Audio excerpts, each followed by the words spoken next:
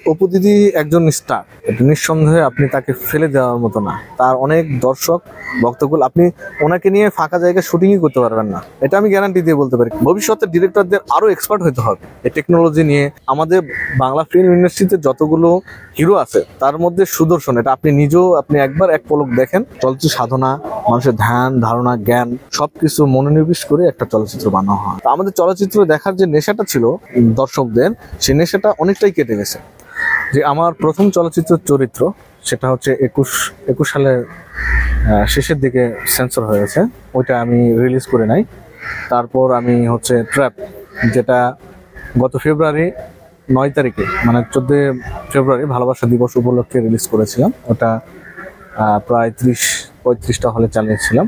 একযোগে প্রথম সপ্তাহে ছিল 22টা সিনেমা হল, তারপরে একে একে বাদবাকি হলগুলোতে চালানো হয়েছে। কিরকম সাড়া পেয়েছেন ওখানে, কি ছিল আসলে আপনার? হ্যাঁ, ওই চলচ্চিত্রে জয় চৌধুরী, অপু দিদি, আমি নিজেও একটা ক্যারেক্টার প্লে করছি হ্যাকার। ওটা হচ্ছে ক্যারেক্টার বলতে কি, ওটা এআই ক্যারেক্টার, মানে একটা অ্যাভাটার। ওইটা বাস্তব কোনো ক্যারেক্টার না, এটা বোঝানোর জন্য আর কি। যেহেতু আর্টিফিশিয়াল ইন্টেলিজেন্স নিয়ে ছবি চলচ্চিত্র, আপনারা চলচ্চিত্র শুরুতেই দেখবেন যে আর্টিফিশিয়াল ইন্টেলিজেন্সের যে ভয়াবহতা, মানে এটা যে কি বিপজ্জনক, সেটা নিয়েই চলচ্চিত্র।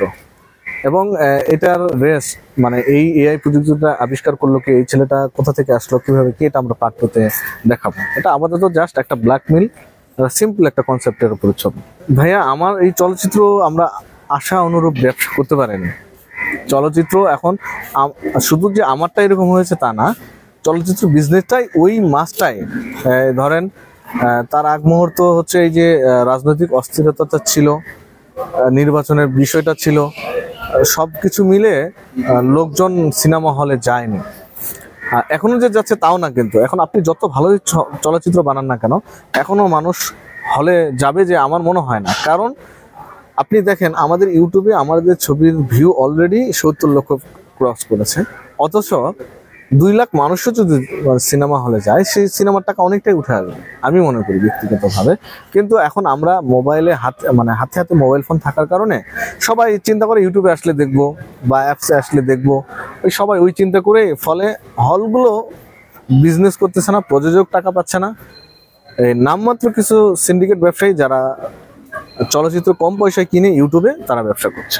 নায়ক নায়িকা, আমার এটাতে অপু দিদি একজন স্টার, এটা নিঃসন্দেহে আপনি তাকে ফেলে দেওয়ার মতো না। তার অনেক দর্শক ভক্তকুল, আপনি ওনাকে নিয়ে ফাঁকা জায়গায় শুটিংই করতে পারবেন না, এটা আমি গ্যারান্টি দিয়ে বলতে পারি। কারণ আমরা ওই বাধার সম্মুখীন হয়েছিলাম, কারণ ওনার দর্শক অনেক বেশি। কিন্তু ওই যে বললাম যে মানুষের হলে যাওয়ার যে অভ্যাস, আপনাকে ধরেন আপনি মদ খান, আপনার একটা নেশা। আপনাকে যদি আমি 5 বছর জেলে রাখি, আপনার যদি মদ খাওয়ার অভ্যাসটা চলে যায়, আপনি কিন্তু এরপরে মদের দোকান দেখলেও আর ঢুকবেন না। তো আমাদের চলচ্চিত্র দেখার যে নেশাটা ছিল দর্শকদের, সেই নেশাটা অনেকটাই কেটে গেছে আমি মনে করি। এটা আমার ব্যক্তিগত মতামত। ট্র্যাপ টু বিগ ক্যানভাসের মুভি হবে, এটাতে আর্টিস্ট অনেক কম ছিল।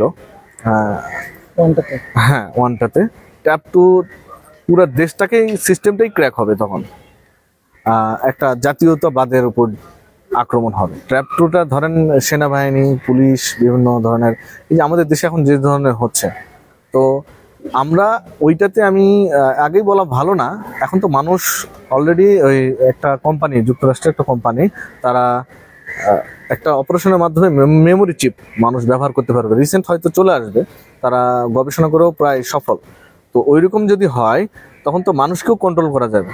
যেমন আপনার ওই যে হার্টে এক ধরনের মেশিন লাগানো হয়, যেটা হ্যাক করে মানুষকে মেরে ফেলা যায়, ঠিক ওইরকম মানুষকেও কন্ট্রোল করা যাবে কম্পিউটার দিয়ে, এমন এক সময় চলে আসবে। কনসেপ্টে আগাচ্ছে আমি, কিন্তু আমি বলবো না, তাহলে তো কনসেপ্টটা আমার ক্লাস হয়ে যাবে। কারা কারা আসলে থাকতেছে এই যে আপনার এই যে নতুন এইটাতে?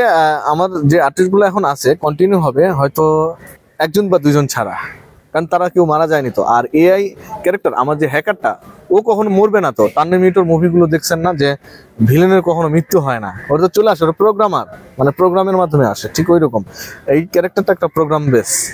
আমাদের নতুনদের মধ্যে জয় চৌধুরী, জয় ভাই, উনি কিন্তু অনেকটাই ভালো করে। জয় ভাই আমাদের বাংলা ফিল্ম ইন্ডাস্ট্রিতে যতগুলো হিরো আছে তার মধ্যে সুদর্শন, এটা আপনি নিজেও আপনি একবার এক পলক দেখেন আমাদের ইন্ডাস্ট্রিতে নায়কগুলোর অবস্থা, তাহলেই বুঝবেন। উনি যেমন লম্বা, তেমন সুন্দর, তেমন নিজে গল্পটা লিখলাম, এখান থেকে আমি সার পেলাম। কথার কথা, গল্প সবার যে ভালো লাগবে তাও না, কিন্তু নিজে মেক করলাম বা নিজে এডিট করলাম। এখন তো ইন্ডিপেন্ডেন্ট ফিল্ম মেকারগুলো বেশি যারা চলচ্চিত্র বানাচ্ছে, আর আপনার মোবাইল দিয়ে এখন এডিট করা যায়, মোবাইল দিয়ে ফিল্ম মেকিং করা যায়। আপনি তো জানেন তো এখন যে টেকনোলজিগুলো বের হচ্ছে, ভবিষ্যতে ডিরেক্টরদের আরো এক্সপার্ট হতে হবে এই টেকনোলজি নিয়ে, টেকনোলজিক্যাল নির্ভর চলচ্চিত্র বানাতে হবে, তাহলেই না আমাদের চলচ্চিত্র এগিয়ে যাবে। চলচ্চিত্র সাধনা ভাইয়া, চলচ্চিত্র সাধনা, মানুষের ধ্যান ধারণা জ্ঞান সবকিছু মনোনিবেশ করে একটা চলচ্চিত্র বানানো হয়। অনেক পরিশ্রম, একটা চলচ্চিত্র বানানো অনেক কঠিন ব্যাপার। যারা আমরা মুখ থেকে বলে আমার ছবি আপনার ভালো নাই লাগতে পারে, আর একটা কন্টেন্ট সবার ভালো লাগবে এরকম বিষয় না। যখন 80% মানুষের ভালো লাগে তখন সেটাকে আমরা বলি ভালো। কারণ একটা হিট সিনেমা সেটারও হেটার্স আছে, এটা আপনারা জানেন, যে বলবে অমুক কি বানাচ্ছে, আমার ভালো লাগে না, এটা বলবে একজন অডিয়েন্স। কিন্তু গুণগত মান কি, চলচ্চিত্রের গুণগত মান কি, এইটা গুণগত মান দেখে একটা জিনিসকে মূল্যায়ন করা উচিত। সংবাদ, ফিচার ও অনুষ্ঠানের জন্য ভিজিট করুন সংবাদ প্রকাশের ওয়েবসাইট এবং যুক্ত থাকুন ফেসবুক পেজ ও ইউটিউব চ্যানেলের সঙ্গে।